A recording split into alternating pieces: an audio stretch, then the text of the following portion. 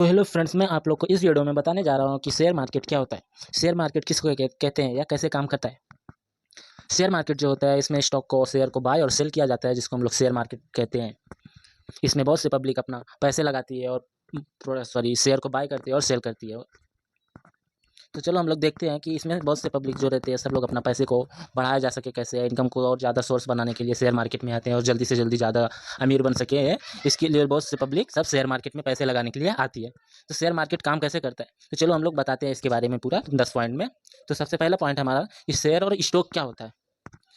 अपने को बहुत कंपनीज रहती है, उनके पास स्टॉक रहता है शेयर का। जैसे उनके पास कोई कंपनी है, उसके पास 1 लाख शेयर है, तो उसको हम लोग स्टॉक बोलते हैं। उस स्टॉक शेयर को वह अपने सब जो भी कस्टमर पब्लिक रहेगी 50% अपने पास रखती है और 50% सब कस्टमर में बांट देती है, जिससे सब लोग उसको शेयर को बाय करते हैं और सेल करते हैं और 50% वो अपने पास रखती है। ये रहता है शेयर और स्टॉक में डिफरेंस।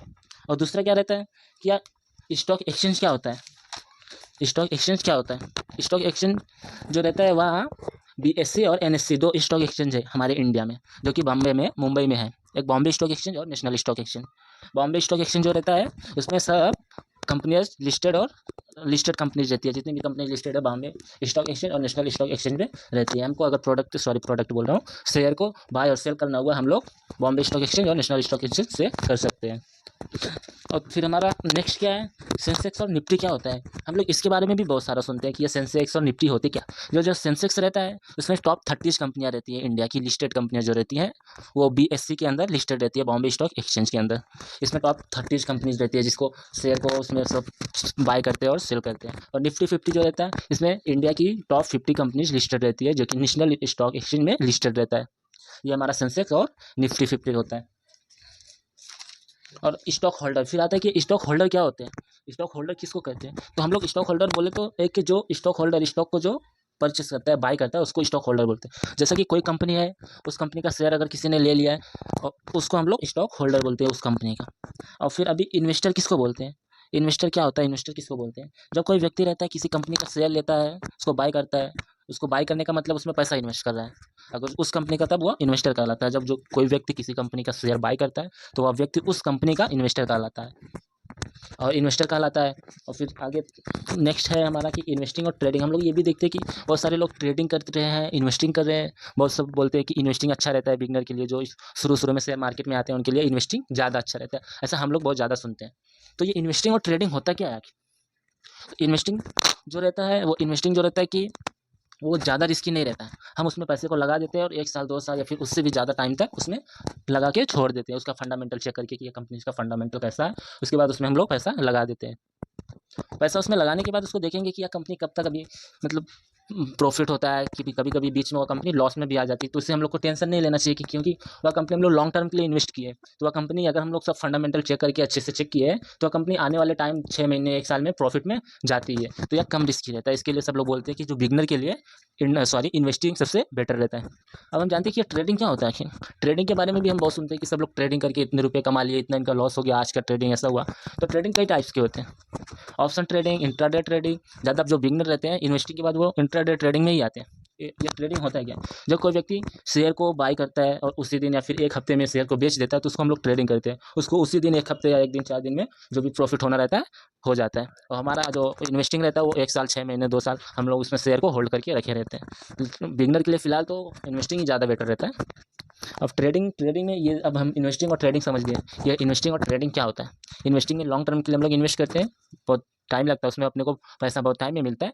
और ट्रेडिंग जो रहता है वह रिस्की रहता है, इसमें हम लोग 1 दिन या 1 हफ्ते में पैसे को कमा लेते हैं।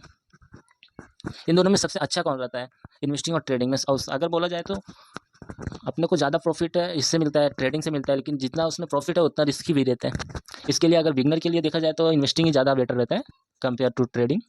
इसके लिए हम बिगनर है अगर आप, तो हमें अभी इन्वेस्टिंग ही करना चाहिए।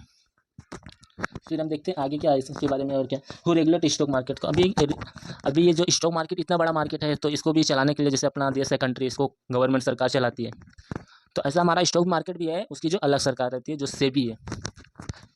सेबी जो रहता है वो उसको securities exchange board of India. कोई भी इसमें धोखाधड़ी चीटिंग कुछ भी अगर होता है, तो वह सेबी के द्वारा कंट्रोल किया जाता है।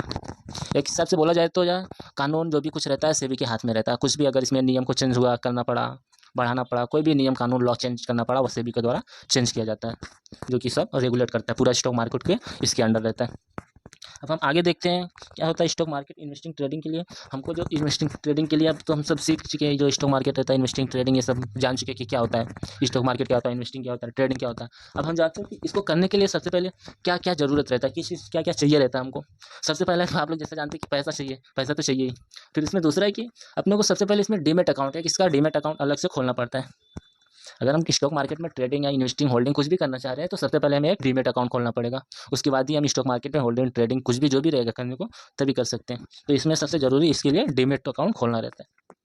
अब हम बहुत से लोग बारे में सुनते हैं ऐसा म्यूचुअल फंड में एक ये भी स्टॉक का ही भाग है, स्टॉक मार्केट शेयर मार्केट का म्यूचुअल फंड में पैसे लगाते हैं कि म्यूचुअल फंड में हम लोग पैसे लगाते हैं कि बहुत लोग से मुझसे सुनते हैं कि मिड कैप में पैसे लगाओ, स्मॉल कैप में लगाओ, लार्ज कैप में लगाओ। या आखिर होता क्या है small cap, large cap, mid cap? तो चलो मैं बताता हूँ आपको। ये लार्ज कैप जो रहती है कंपनियाँ बहुत बड़ी कंपनी रहती है, जो बहुत बड़ी कंपनी रहती है उसको लार्ज कैप कंपनी हम लोग बोलते हैं। जो लार्ज कैप का कंपनीज का जो मार्केट कैप रहता है ना, 20,000 करोड़ से लेके या फिर उससे भी ज़्यादा हो सकता है।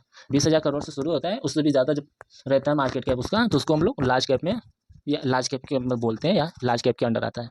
जब किसी भी कंपनी का मार्केट कैप 20,000 करोड़ से ज़्यादा रहता है तो उसे लार्ज कैप बोलते हैं। अब मिड कैप क्या होता है?